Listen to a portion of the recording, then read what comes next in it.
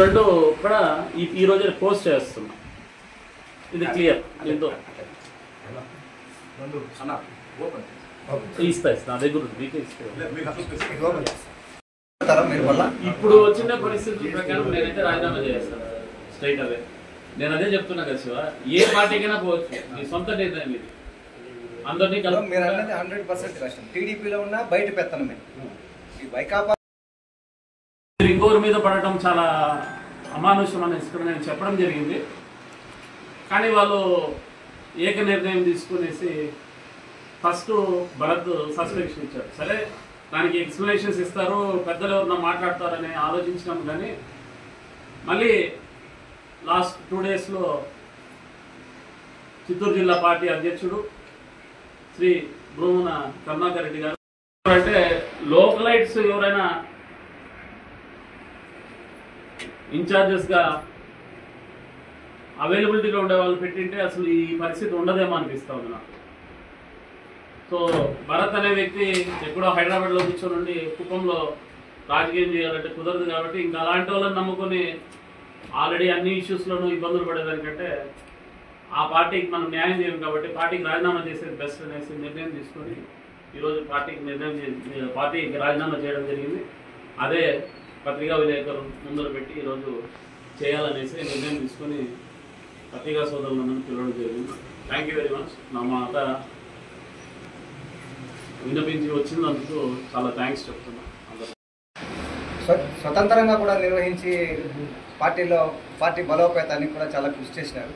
అంతటి సముచిత స్థానంలో ఉండి ఆనాడు రాజీనామా చేసేదానికి గల కారణాలు ఏంటి? ఎక్కడైనా తెలుగుదేశమైనా వైఎస్ఆర్సీపీలైనా ఒక్కరి వల్లే పార్టీ నాశనం అయిపోతాం. ఆ ఒక్కరు ఎవరు మీకే తెలుసు. కాబట్టి నేను ఇంతకుముందు కూడా లోకల్ అని ఎందుకు చెప్తున్నానంటే, అంటే ఇప్పుడు బయట నుంచి వచ్చిన వ్యక్తులు ఇన్ఛార్జీల గురించి తప్పుగా నేనైతే ఏమి చెప్పడం లేదు. కానీ అప్పట్లో ఉన్న సిచ్యువేషన్ ప్రకారము ఒక్కరి వల్ల పార్టీ నాశనం అయిపోతాం. దీనివల్ల చాలా మంది ఇబ్బందులు పడుతున్నాం. కేసులే కాదు, అన్ని విధాలుగా ఇబ్బందులు పడుతున్నాం. ఆ ఒక్కడి సెల్ఫిష్ కోసం అందరూ బలైపోతున్నాం. కాబట్టి అదొకటి. ఇంకొక నా ప్రత్యేక విన్నపం మీకు, నా కార్యకర్తలను కాపాడుకొని పోవటం, పార్టీ బలోపేతం చేసేదే మా పని తప్ప మేము వేరే అన్యతా వేరే ఏది మేము వేరే దాంతో ఇన్వాల్వ్ అవుతాం. మాకు వాళ్ళ పర్సనల్ థింగ్స్ కానీ లేకపోతే పార్టీ పర్సనల్ అఫైర్స్లో కానీ ఇలా దాంతో ఎంతో ఇన్వాల్వ్ అవుతాము. ఏ పార్టీలో పనిచేసినా క్లియర్గా ఆ పార్టీకి పనిచేస్తాం. కాబట్టి ఈవెన్ జేఎన్ శ్రీనివాస్ ఉన్నా కూడా నాకు కాల్ చేయడం జరిగింది, మాట్లాడడం జరిగింది. చూద్దాం. నాకు ఇంకా చాలా మంది ఉన్నారు. ఇప్పుడు నేనే ఫస్ట్ అక్కడక్కడ వైఎస్ఆర్సీపీలో ఫస్ట్ స్టెప్ టీడీపీ నుంచి కాలు పెట్టింది వైఎస్ఆర్సీపీలో నేనే ఫస్ట్ లీడర్. ఇప్పుడు కూడా ఇక్కడ సస్పెన్షన్లు ఇవి డ్రామాలు జరుగుతున్నాయి. కానీ రాజీనామా ఇచ్చి పార్టీ వద్దని బయట పోవటం ఫస్ట్ క్యాండిడేట్ నేను ఈరోజు కూడా. కాబట్టి ఖచ్చితంగా ఏ పార్టీ మనకు వాల్యూ ఇస్తుంది అనుకుంటే ఆ పార్టీలో పనిచేస్తాం. ఎవరికి భయపడటం కానీ లేదా కేసులకు భయపడటం కానీ అట్లాంటివన్నీ ఏం లేవు. లీడర్షిప్ ఎవరైతే ఉండి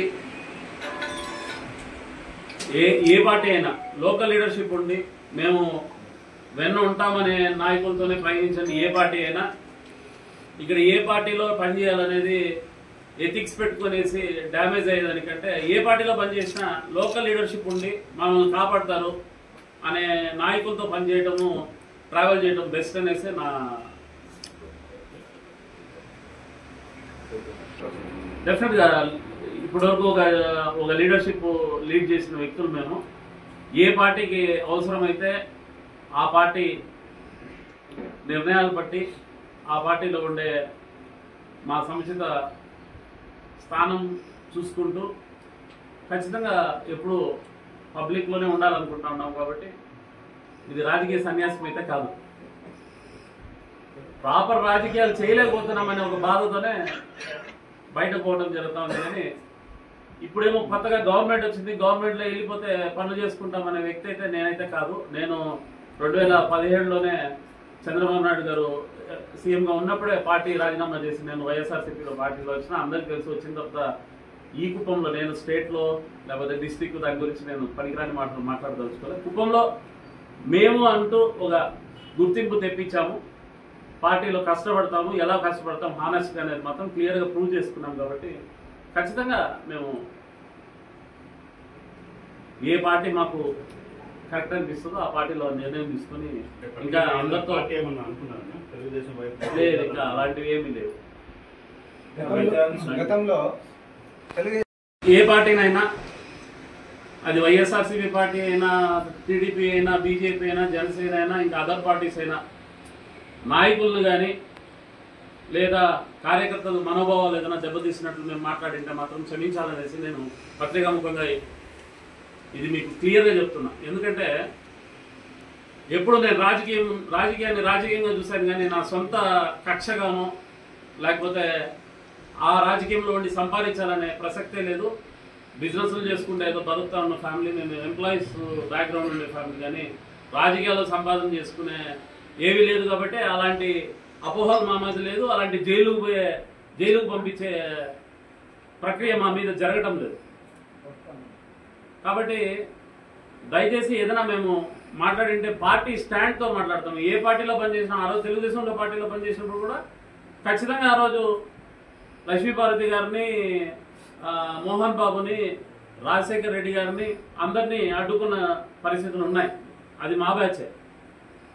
సో ఇటు సైడ్ వచ్చినప్పుడు కూడా పార్టీ కోసం పనిచేసామే, కానీ ఏది వ్యక్తిగతంగా పనిచేయలేదని మాత్రం క్లియర్గా అయితే మేము చెప్పదలుచుకుంటున్నాం. నెక్స్ట్గా ఏ పార్టీలో ఉన్నా ఆ పార్టీ కోసం న్యాయంగా 100% మా వద్దు ఎంత సహకరించి మా చేతుల్లో పని చేయగలుగుతామో అంత పని మేము చేయగలుగుతామనే ఒక సత్తా ఉన్న నాయకులే మేము. కాబట్టి అది ఎవరికి వాడుకోవాలనిపిస్తే వాళ్ళ విధి విధానాలు బట్టి మేము కూడా ఆలోచించి పార్టీలో ఖచ్చితంగా స్టాండ్ తీసుకుంటాం. దీంతో ఏమీ మార్పు ఏమి లేదు.